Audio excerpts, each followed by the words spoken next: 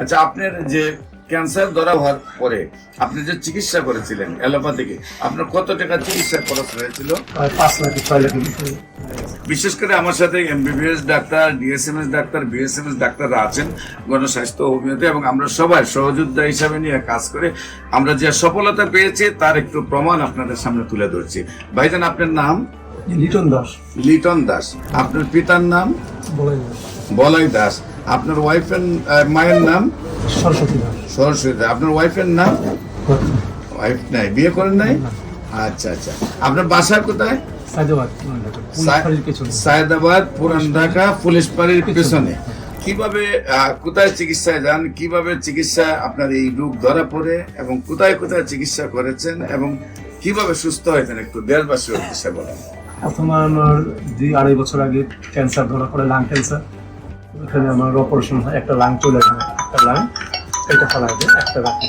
আর chemo দিয়েছিলাম 3-4টা chemo দেওয়ার পরে আবার 2 বছর পরে এটা ফিরে আসে শরীরে। ডাক্তার বলে আবার কেমো দিতে হবে।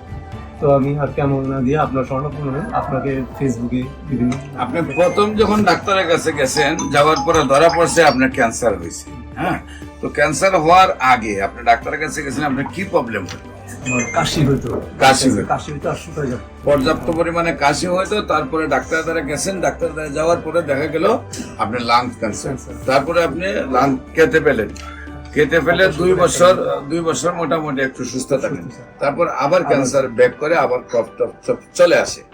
সম্মানিত দেশবাসী, প্রত্যেকটা ক্যান্সারে কেমোথেরাপি, রেডিওথেরাপি বা অপারেশন করার পরে কিছুদিন ভালো থাকে, আবার রিটার্ন ব্যাক করে।